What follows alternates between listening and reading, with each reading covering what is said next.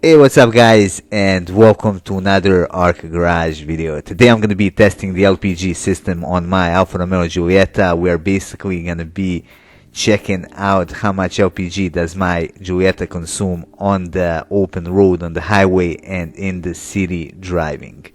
I'm also going to be going over the price of the whole system, and I'm going to go over the pros and cons of the LPG installation. First, let's go over the price. Now, the system on this car cost me exactly 500 euros, and that includes all of the inspections and the necessary paperwork. Now, let's check out some of the components. Here we got the LPG switch. It basically shows us how much LPG we got in the tank. You can see this blinking light basically tells us if the LPG system is on. And here on this button we can actually turn it on and off. One thing I also have to mention is that the LPG system turns on only after the car reaches approximately 50 degrees in temperature, and that's because it needs the heat from the coolant to vaporize the liquid petroleum gas.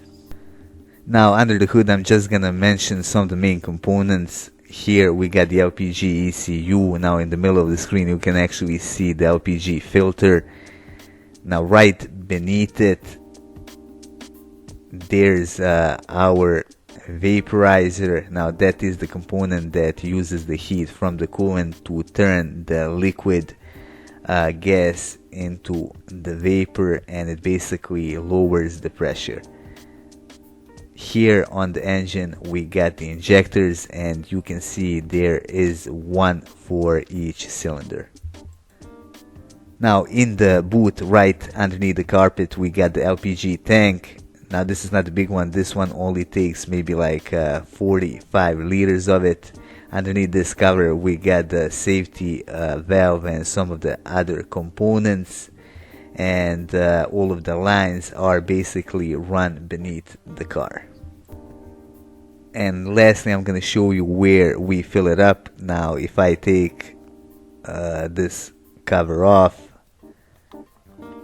we basically have the adapter which is used to fill the tank up.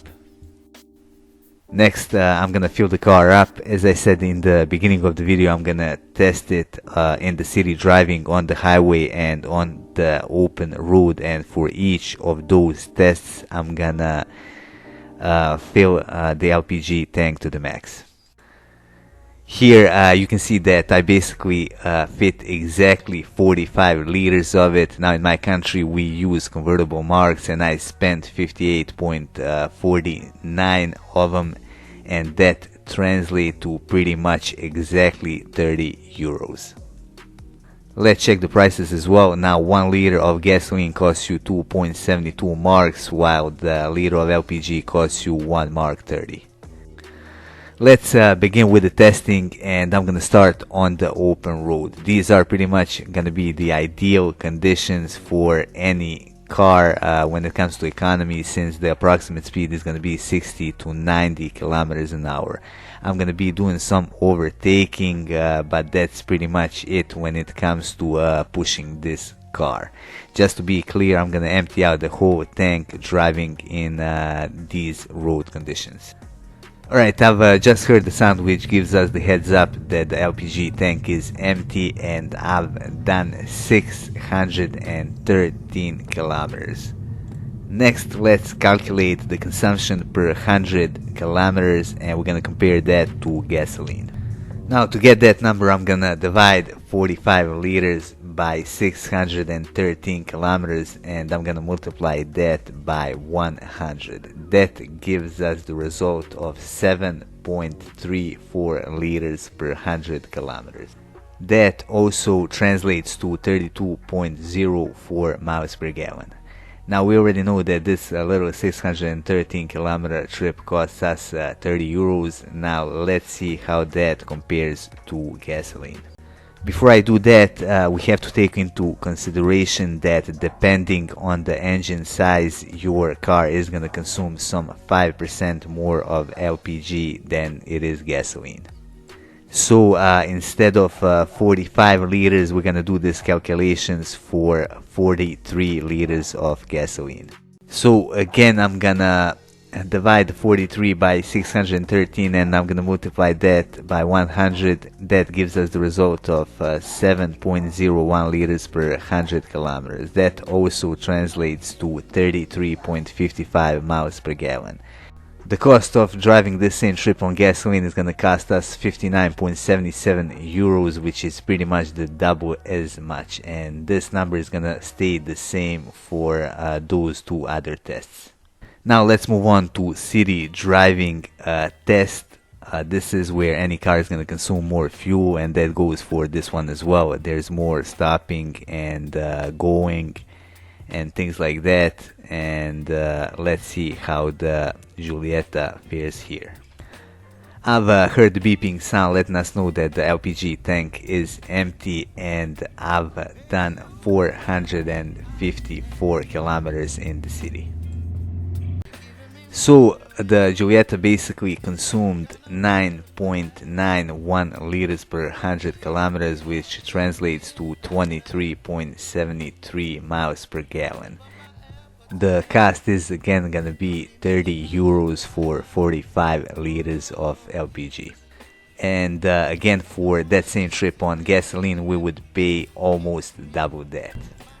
Lastly, let's test the highway driving, and just to warn you, that is the Achilles heel of this car, or for that matter, pretty much any other car with a tiny engine. Now, the problem here is that the faster I drive it, the bigger the wind resistance and the bigger the strain on this little engine, and with that comes also the bigger consumption. The average speed I'm gonna be driving is gonna be 155-160 kilometers an hour. I've come off of the highway and I've done 408 kilometers. Alright, let's check out the consumption. Again, I'm dividing 45 by 408 and multiplying that by 100. The result is 11.02 liters per 100 kilometers. Now that is significant consumption, but we have to take into consideration that my average speed was around 160 kilometers per hour.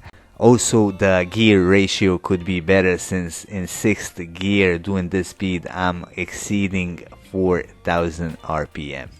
The interesting thing is that I've actually repeated this test driving the average speed of 120 kilometers per hour, and my consumption was 8.2 liters. So you can see how much those 40 kilometers an hour mean when it comes to consumption. Lastly, let's go over some pros and cons. Now, the most obvious advantage is going to be that it costs 50% less to run compared to gasoline. Second one is going to be that there's actually a little trick you can use with LPG to start your car if the fuel system fails. The third one is going to be that if you are actually concerned about the environment, the LPG runs less dirty and it is fairly clean.